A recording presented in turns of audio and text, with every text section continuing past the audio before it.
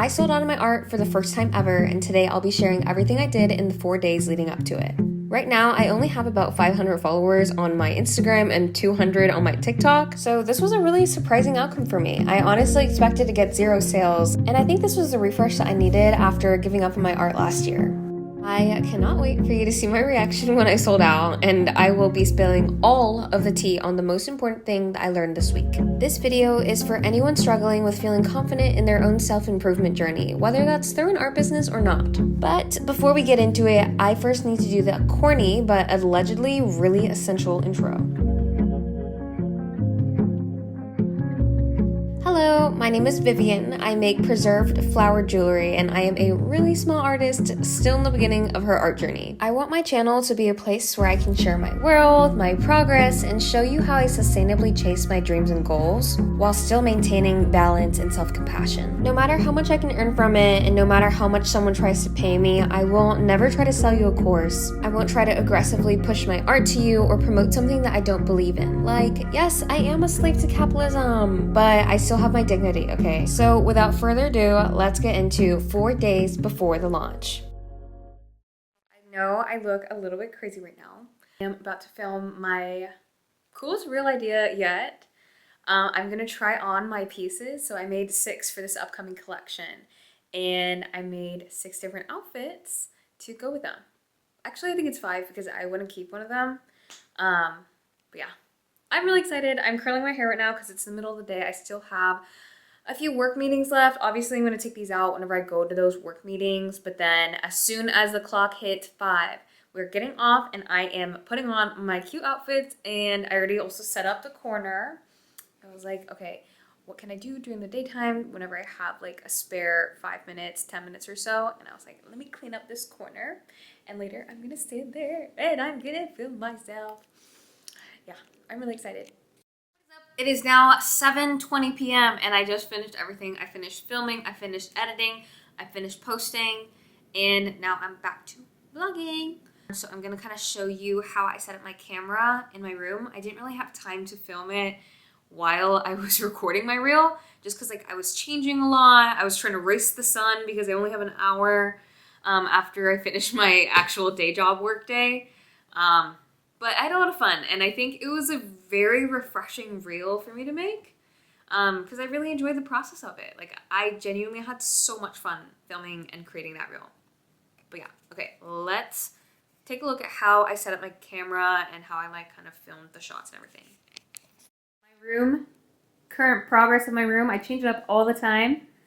It is like a hurricane in here, just kind of blew through here with all my clothes everywhere and everything everywhere.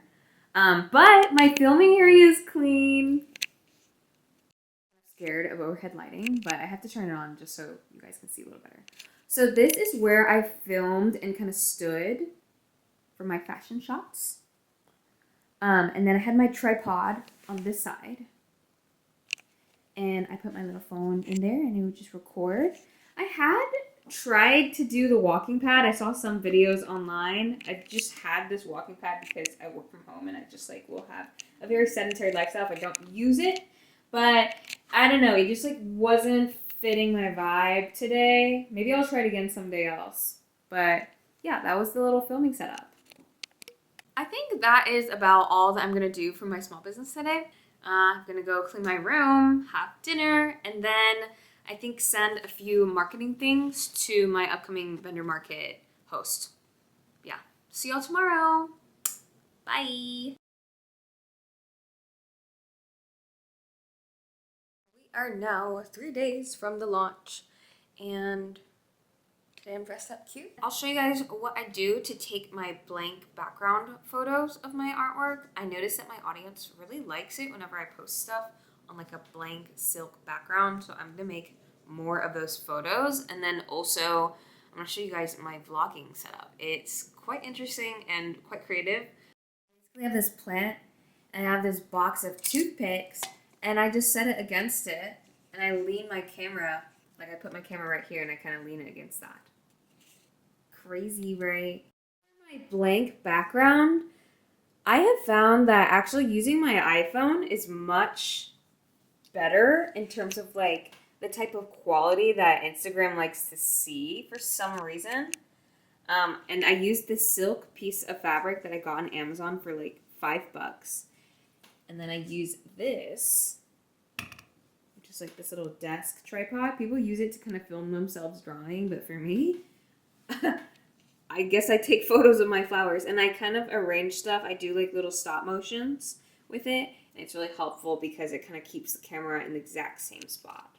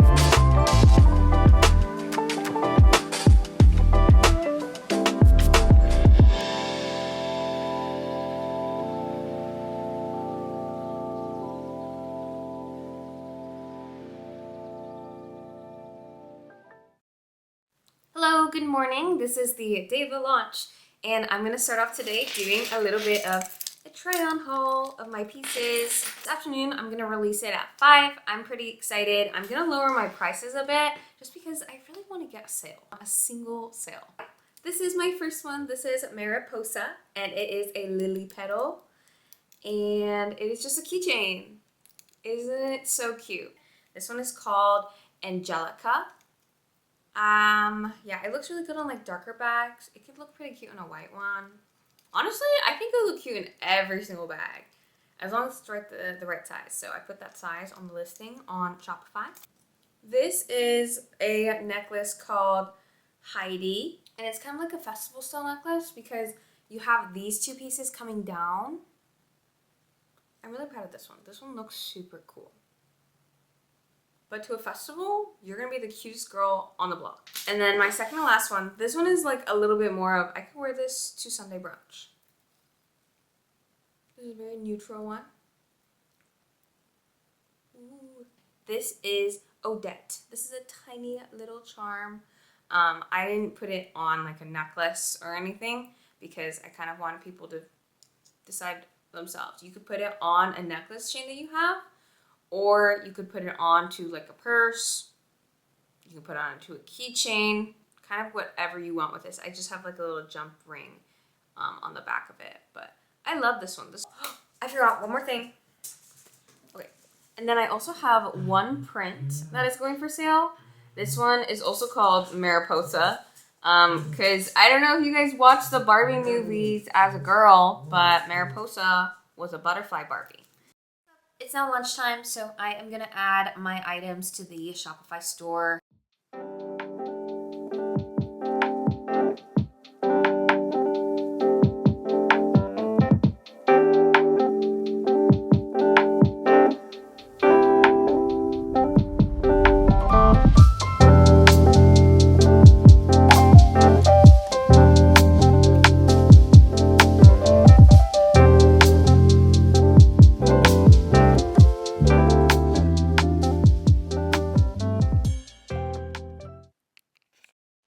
I do not move from this spot all day, but I accidentally opened my shop. Someone just bought something already. They bought Mariposa. I think that this one order is a win.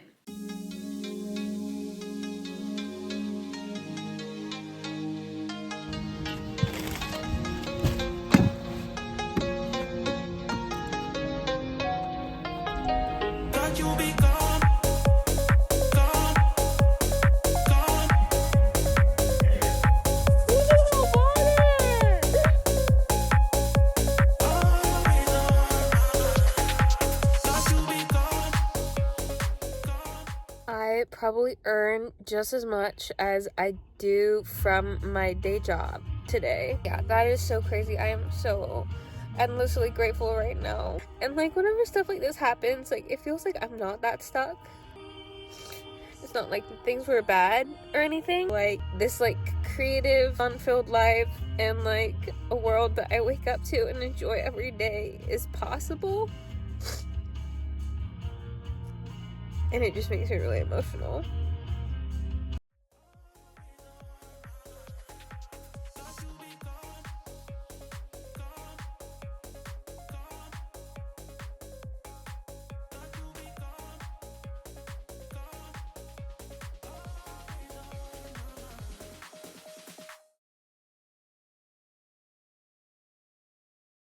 Welcome to the retrospective.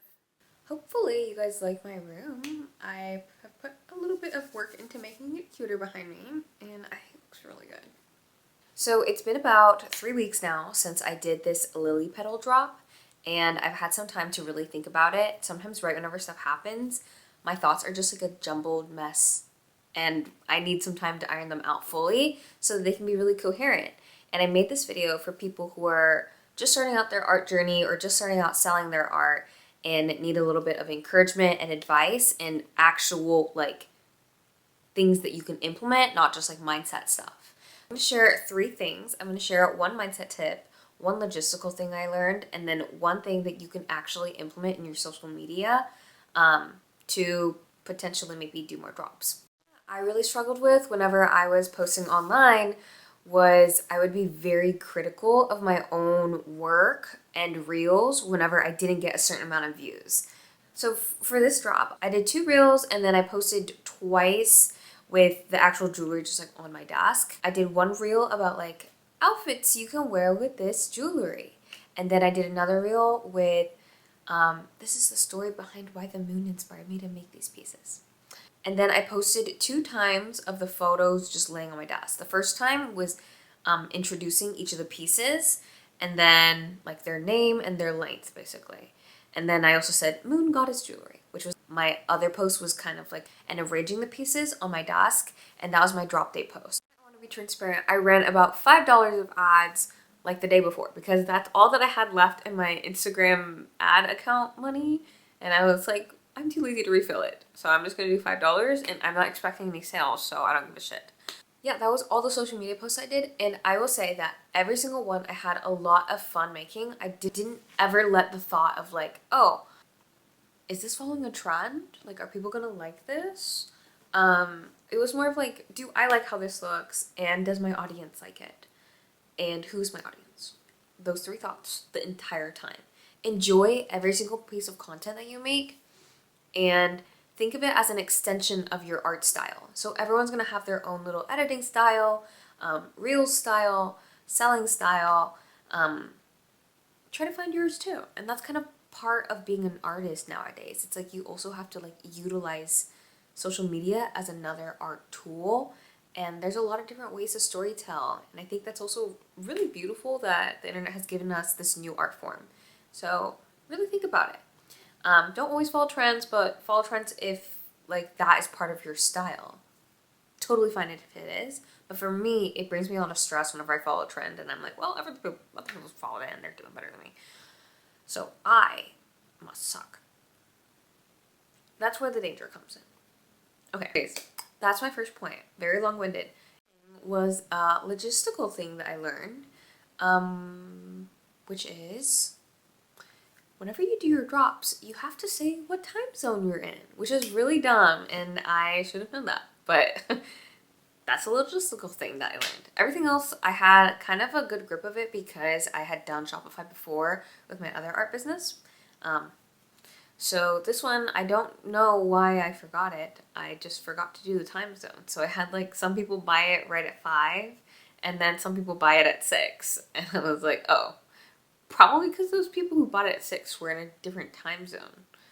Or maybe they just saw my post an hour later. Who knows? But always include your time zone. The meaty thing. The meaty thing? The third thing is something that you can actually take into your art practice, and that is making your art's meaning digestible. For me, I have very deep meanings for my art. That's just something that I really enjoy because I'm a very introspective person. I write a lot in my journal. I overthink a lot, and I overthink a lot, and that's okay because I recognize it. But I have a lot of deep meanings to my art, and I think that's what makes it beautiful for me as a creator and like someone who like births these people into the births these artworks into the art world, and like that helps me stay motivated in the entire creative process because I'm like, this is the moon goddess, and I am inspired by the moon because of transformation, and to be whole again, you must be empty. And that is a testament on my story with dance and leaving dance, even though dance used to fulfill me so much. Now it doesn't fulfill me at all. Like, you know, but like, whenever you like do that for a drop, people are like, what? I don't get it. So like, I packaged it into moon goddess jewelry. And then I think that really helped it pop off. I also made the pieces look very feminine. So they were inspired by, vaginas. Okay, if I get demonetized because of that, I think that's stupid because I feel like that's like a medical term. Like, that's like an objective way to describe a private part. Right? I am not ready to comment on my sexuality journey, but it was something that inspired me to do this collection. Anyways, that's a lot for your audience to handle, like too much. So if you make it into something very packageable, like inspired by the moon goddess jewelry, feminine, moon, jewelry, like that's something that can like intrigue people and they can write their own artistic narrative about what transformation, the moon, and femininity mean to them. Okay, but yeah, that's my tips. Thank you so much for watching. I hope that you enjoyed it. Yeah, it's clearly getting very late. I'm very delusional. I have been having... You pull your hair on the back street. So, bye. You know I like it like that. The other girls in the backseat, me in the front 'cause I'm bad.